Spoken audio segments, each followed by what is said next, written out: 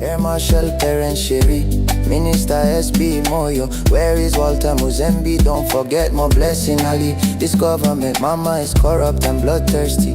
No to clueless government, sex for Mr. Appointments. No to gold mafia. Even you, Prophet Angel, you a criminal. Mutukudzi akatisira tsumo zvikanzi uya zvako gotwe rangu dzoka uyamwe. Anga afunga dande, afunga kumusha, afunga kumba. Ari kunyika yevatorwa kwaaisabatwa zvakanaka. Ndo paakanyora song yekuti ndafunga dande. Handisi kuti vamutukudzi ndo zvakaitika kwavari, but vaizvipicture, vaiimagina zvichiitika kuti tiri kushanda kunyika dzekure, tiri kushanda kunyika dzevamwe, tiri kutsvaga cheuviri cheutatu, but tinosangana nematambudziko akawanda, matambudziko akasiyana siyana.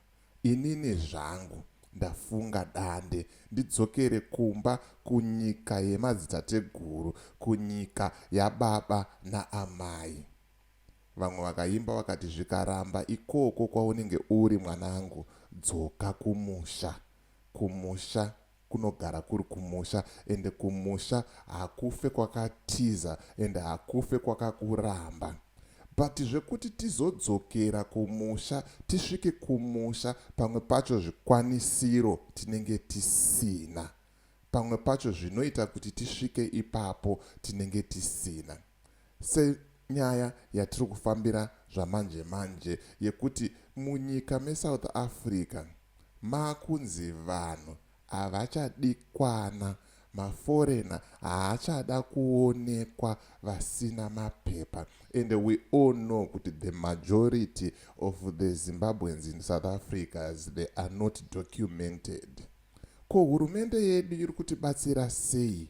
Ko ndiani achatibatsira? Because some of us, we are not even working ku South Africa kwatiri uku. Takatogara zvinhu zvakatiomera ende zvinhu zviri kutonetsa. Hurumende yedu ndo patinotarisira kuti inge ichipindira ichiisa ruoko. But vanofungawo here, vangazvitarisewo here kuti kune vana mamillions ari kuSouth Africa ari kushungurudzwa, ari kutambudzwa, yet nyika iripo. Ndo nyaya ndauya nayo panapa kuti tizokurukura. Ndikati regai ndibate General Stole nduye nawo paplatform na Child of Zimbabwe timbokurukura kuti vari kuzvionawo sei nyaya iyi. Pane group ravakatanga ende pane channel iripo pakudzidzisa vanhu iri kunzi Civic Engagement Forum of Zimbabwe. Because matambudziko atiri kusangana nawo isusu sevana veZimbabwe inyaya yekuti hatina ruzivo. We are not educated when it comes to politics. We are not educated even my human rights edu. Tikada kubvunza right now mu comment section kuti unoziva here kodzero dzako? Unoziva here kuti mupurisa haango kusunge asina kukuverengera rights ako? But muZimbabwe hazvimo zvese izvozvizvi. Unongosvika kunzi hande kuchikamba shamwari, unonotaurira nyaya yako kumberi, watosungwa. Zvinhu zvinoita kunge zvisina basa, but zvinhu zvakakosha. So the platform iyi kune vachada kujoina, link rimo mudescription. Kungodzidza, wowana education, woregedza kuparara. Nekuti Bible rinotaura kuti vana vangu vaparara nenyaya yekushaya zivo. Without wasting much of your time, let's jump into this conversation. I've got General Stole on the line and a Child of Zimbabwe. General Stole, welcome to the platform. Welcome DJ Wally, welcome all the viewers. Makadi zvenyu isu tinoitirwa zvakanaka. Tinotenda, thank you very much. And I also have Child of Zimbabwe. Welcome to the platform. Thank you, DJ Holly. Thank you for welcoming us. Thank you for having us. Yeah. And welcome to everyone else. Right. Thank you very much. Right. General Story. Before we even jump into nyaya yedu yanhasi, tisatatanga kutaura zvamawira paplatform inoi. Toda kuti mumbotiudza kuti Civic Engagement Forum of Zimbabwe. Who are you? Why was it created? And who can be part of the forum? Thank you so much, Mukoma Holly. Civic Engagement Forum of Zimbabwe is a civic organization. Chirongwa chatakaparura donzo riri rekudzidzisa, donzo riri rekusimudzira, donzo riri rekuempower vana veZimbabwe kuti tive nezivo so that tigone kutora mapolitical decisions edu tichiziva uye tigone kuziva marights edu nezvakafanira isusu sevana veZimbabwe. So chirongwa and uye zvakare riri bazi rinoshanda nekudzidzisa vana veZimbabwe. Right, aiwa ndinotenda. Saka kana ininiwo zvangu saDJ Holly ndichidawo kudzidza, ndichida kuziva, ndingaite sei? Tine tarisiro DJ Holly sechirongwa chichangoparurwa. Izvezvi tine patinosangana pachannel yedu yakazi Civic Engagement Forum of Zimbabwe inowanikwa paWhatsApp, but nekuda kwekuti tinozviziva kuti nyaya dzekungoita zvinhu masaisai hadzina zvadzinonyatsotorwa serious nevamwe vanhu. Vamwe vanozvitora serious, vamwe havakwanisi kusvikira information iyoyo. Tiri bazi riri kuisa vatinoti maprovincial engagement ambassadors right on the ground throughout Zimbabwe nema-constituent coordinators acho tiine tarisiro rekukokorodza mhuri yeZimbabwe kuti iuye tigodzidza pamwe chete, uye zvakare dzidzo yatinenge tina neruzivo rwatinenge tichipanana kubatana, uye zvakare tigone kuziva chinhu chimwe chete chinobatsira isusu semhuri yeZimbabwe, zvikuru sei panhau dzinenge dzakatarisana nekuvaka nyika. Isu we are there to inform, empower, mobilize and transform. Ishu yedu ndeyekuti tigadzire zvakare vanhu vari kuziva zvavari kuita zvine maringe nenzira dzavo dzavanofanirwa kurarama munyika yavo, pamwe chete nezvavanofanirwa kuita kuti nyika yavo ivakike nenzira yavari kuda. Ndinotenda. Handiziva hangu vechirungu kana kuti ndichapotsa, but they always say kuti behind every success, vanoisa murume but ndichaisa organization, behind every success of any organization kunenge kune mukadzi kana kuti kunenge kune vakadzi, and tina Child of Zimbabwe on the platform representing madzimai nevanhukadzi. Child of Zimbabwe, coming up with this initiative, chii chakakupushai and chii chakaita kuti tizenge taane mwana watave naye uyu? I think there were deficiencies in our societies that we noticed, and we agreed na General Stole that there are deficiencies in our societies.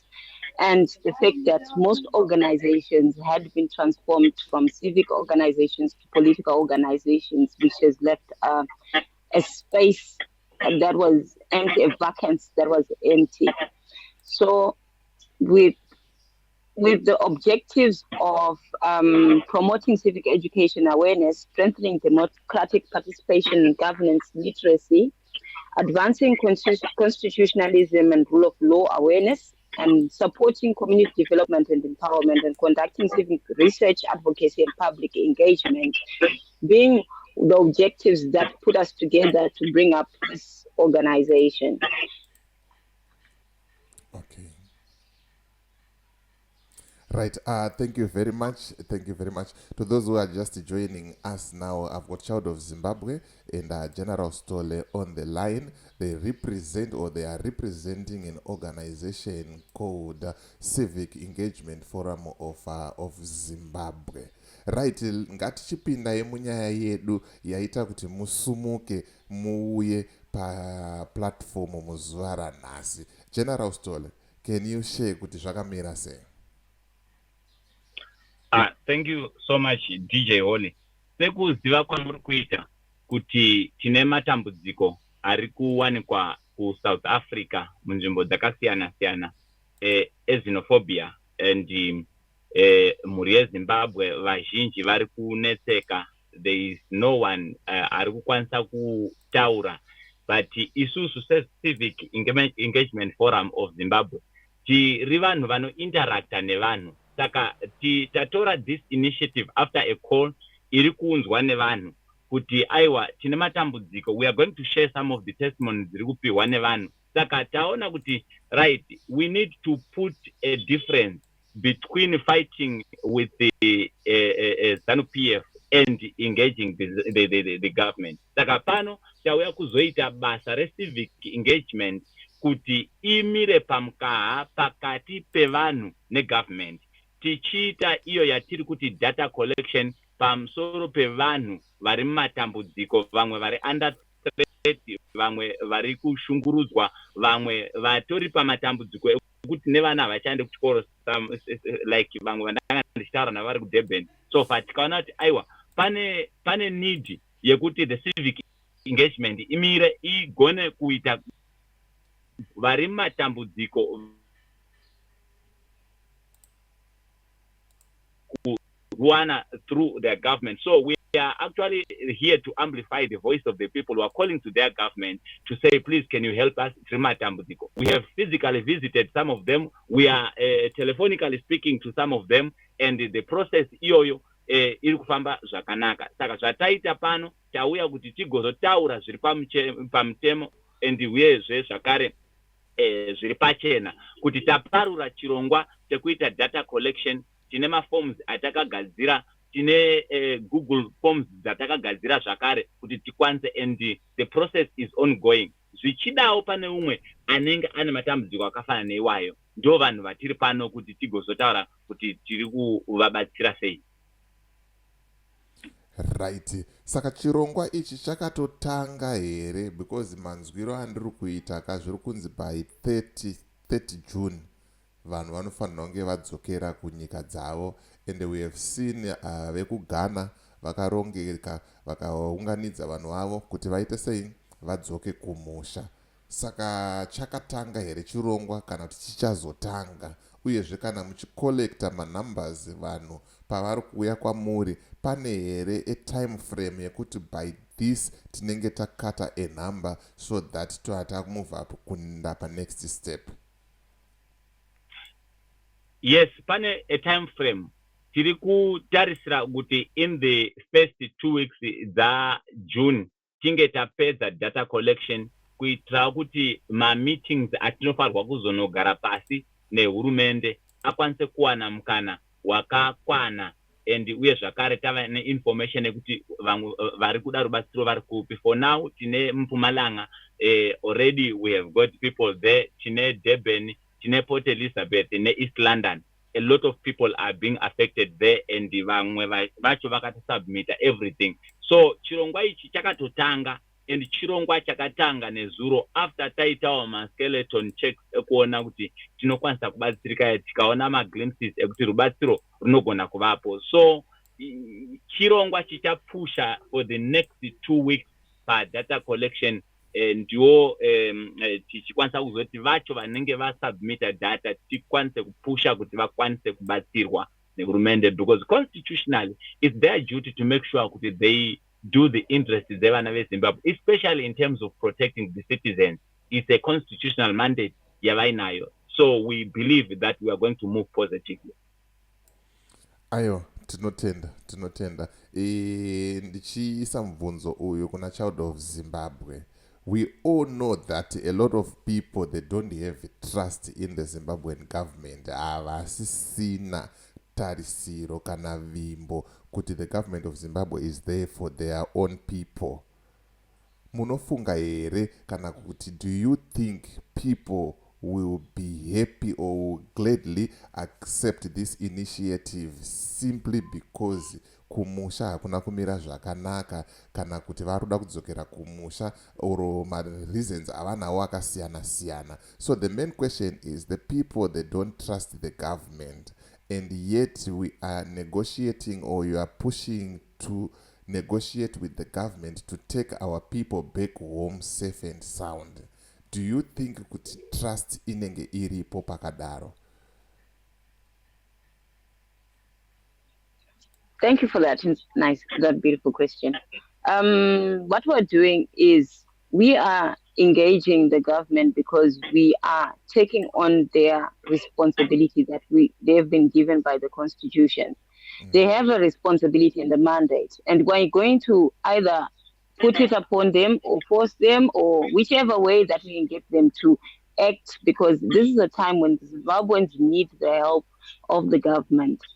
Remember, the government employees and the state are employed by the citizens, and we should all remember that. That's some of the lessons that we're encouraging in civic education, that you remember your place. We are the employers of these government employees.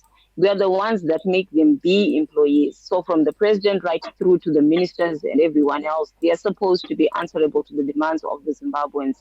So if the Zimbabweans are there who feel like they need to go home, they're not safe anymore, it is our mandate as a civic organization to stand up for them, to demand their right for protection from the government. Thank you. I think I've answered. Yeah, very clear, loud and clear. Ndogona tange ndokubvunza imwe mibvunzo yakaoma, but ndo mafungiro anoita an ordinary person kuti inini I don't trust my government. Ko ndikaenda ikoko, ko ndikaregister zita rangu, handizopinde pamawani here. I don't know if General, if you have something to add on there. Chekutanga DJ Holly, tiri kutsvaga vanhu vari pamatambudziko, and matambudziko ekumberi uri safe anogona kuva zviroto, because handifunge kuti pane munhu akachenjera anogona kuisa umwe munhu matambudziko ari pamusoro pematambudziko.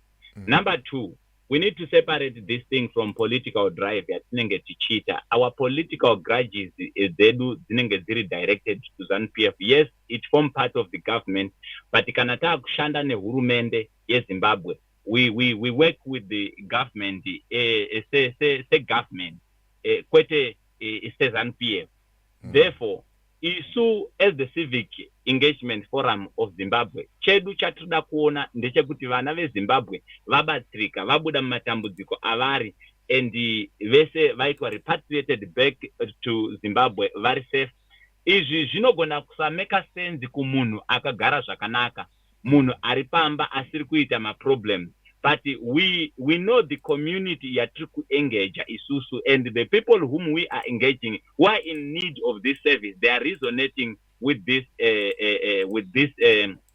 drive yatiri kuita. Saka tiri kuda kuti timboisa aside our political difference, todila nemaproblems aripo. I think manzwa zvakaitwa neGhana, it is the government which came to intervene into their people. We have got people in real problem because of this xenophobic attack, especially Nana Deben. I'm getting my videos, I'm getting my audios, I'm getting my pictures of how people are actually stranded. So that is why mchona tipataka parura chirongwa usiku iwo wanezuro maneru, then up until now tatova a list of people vange vakatomirira maform to such a point that takatozoita kuti our media team ishande even overnight kuti vaite generate something chinokuita kuti tikurumidze kucollecta data revanhu. Saka at least ndo saka manzwa tichikuudzai kuti the Google form yatova ready, ma hard copy forms atova ready, and people are busy